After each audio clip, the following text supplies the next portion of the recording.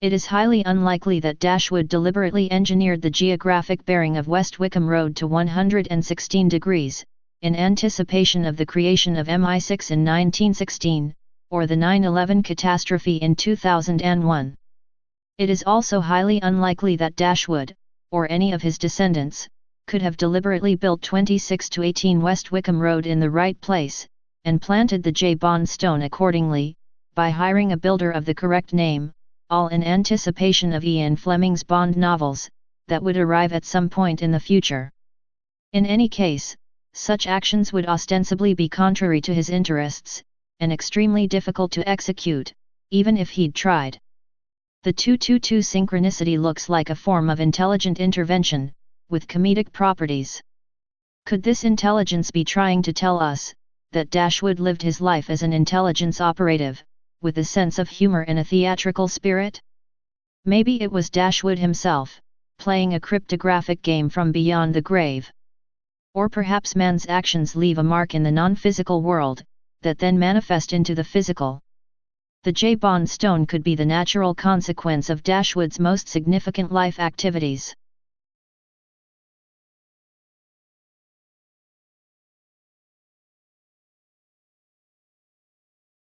The J. Bond stone leads us back in time to the James Bond character's presumed originator, Dr. John Dee, who lived from 1527 to 1608.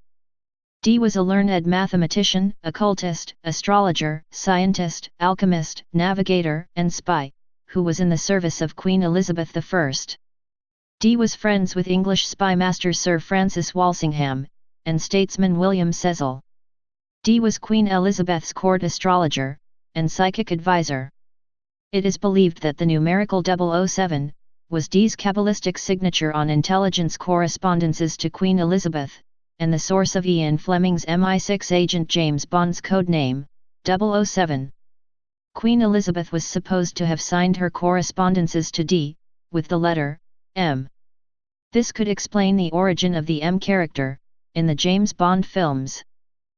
Well, this is fascinating. This isn't my discovery. This is the discovery of a spy and a friend of Ian Fleming's, a man called Richard Deacon, who knew Fleming during the war and afterwards, and pointed out that Ian Fleming was reading a biography of Dr. John Dee at the time that he was writing his first Bond novel, Casino Royale, which is very interesting. And Richard Deacon then points out that Dr. John Dee, who we both know, and I'm sure the listeners know, was a 16th century alchemist and mathematician, navigator, and spy of the realm, signed his letters off with three numbers that would appear to be 007, which may also be derived from eyeglasses, which with the handle and the two glasses making the 007. That's incredible if that's the case, and the evidence seems to suggest that. I've contacted a few John Dee scholars who have said that they think that that's probable, and so that's quite interesting. And what's also interesting is that there are letters back to Dee from Elizabeth signed M. So, wow. Dr. John Dee is basically saying to Elizabeth, I am not just your spy of the realm, I am your occult spy. Because he was the man who did check her astrological charts and all those other things that are important to the occult. So it would make complete sense to use the numbers given by, Richard Deacon, to Dr. John Dee. It would make complete sense for Ian Fleming to do that, because if he has made James Bond into an occult figure, which, from what I can gather, he did. The 007 eyeglasses symbol indicates that the correspondence was for her eyes only, and that he was her eyes in the field. Dee's 007 sigil denotes secrecy and forges a nexus to the phrase for your eyes only, which is still employed in modern-day espionage and spycraft. Exoterically, the 00s give Bond a license to kill, placing him outside civil and criminal prosecution.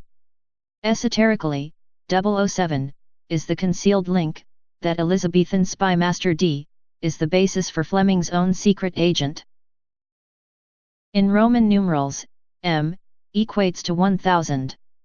If we assume the letter I is the number 1, then Mi6 can be converted to 100,016. By removing the 3 zeros, we get 116. Thus, 116 is one possible numerical equivalent of Mi6. So, the J. Bond stone, through the fictitious James Bond character, can be associated twofold with the number 116. This is because Bond worked for Mi6, and secondly, because the J. Bond stone appears on a structure built on the Mausoleum line, a line whose geographic bearing is 116 degrees.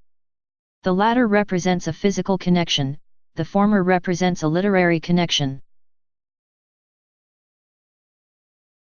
The Secret Intelligence Service, commonly known as MI6, is the British intelligence agency which supplies the British government with foreign intelligence. Its motto is, Semper Occultus, which means, always secret. MI6 derived from the Secret Service Bureau, which was founded in 1909. The Bureau was split into naval and army sections, which, over time, specialized in foreign espionage and internal counter-espionage activities. In 1916, the Foreign Espionage Section detached from the Counter-Espionage Section, and acquired the name, Directorate of Military Intelligence Section 6, or MI6. The letter S occupies the 19th position in the alphabet, and the letter I occupies the 9th. The SIS acronym therefore equates to 19919. James Bond worked for the government agency known as MI6. MI6 converts numerically to 116, and an inversion of 116 is 911. The dates concerning the birth and evolution of MI6 all derive from the same 116-911 master code.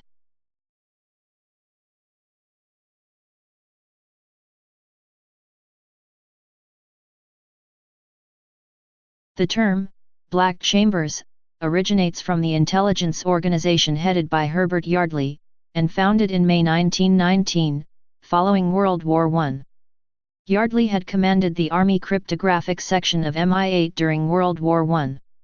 The primary purpose of black chambers was to intercept the diplomatic communications of other nations. Such code-breaking operations have been used throughout history, notably by Sir Francis Walsingham in Elizabethan England. In the 1560s, Walsingham was given government money to set up Britain's first counterintelligence network. He was responsible for the security of Queen Elizabeth I. To protect her, he created a network of spies in Europe. He received regular reports from 12 locations in France, 9 in Germany, 4 in Italy, 4 in Spain, and 3 others in Europe. He also had informants in Constantinople, Algiers, and Tripoli. Walsingham was supplied regular information from his spies in Europe. It was claimed that his spying system was so efficient, that secret messages sent from Rome were known in London before reaching Spain. Dashwood appears to have been a Black Chambers operative under King George III, and possibly King George II before him, and the Dashwood estate, which included West Wickham Caves, may have been a hub for British intelligence operations. Dashwood probably had occult knowledge, and used it in his work. The author believes Dashwood to be some kind of field operative, who would have taken orders from his superiors, but was not involved in instigating or developing any acts of conspiracy. Perhaps he was an unwitting pawn in someone else's game, who'd been manipulated into conspiratorial acts, without his consent or knowledge. The researcher, J. Dyer, has a similar view to Brian Nugent's, concerning the relationship between intelligence operations and the occult. This is how you control people, right? And so what I'm saying is that, is there a satanic? Yeah, I think a lot of people are easily duped into believing that, if I join Church of Satan or something, I'm going to get power and self-will and self-motivation and all this stuff or whatever. But, you can find connections between John Kerry and Anton LaVey. So what that suggests to me is, that Skull and Bones, which is really just the CIA, that was more of an intelligence front. that was testing out new religious movements. Scientology's had a long connection to the CIA, and it's probably the same with Kabbalah, right? That probably has Mossad connections or something like that, and it's the same with whatever cult or fringe religious movement